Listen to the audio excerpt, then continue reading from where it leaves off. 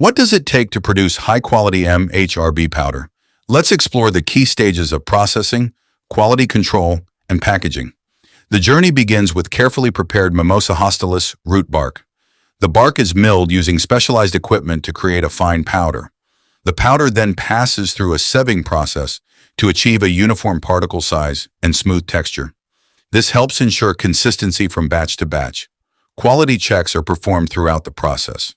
The powder is inspected for appearance, color consistency, particle size, and moisture levels.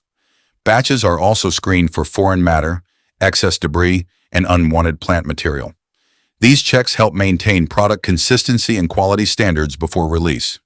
After approval, the powder moves to the packaging stage.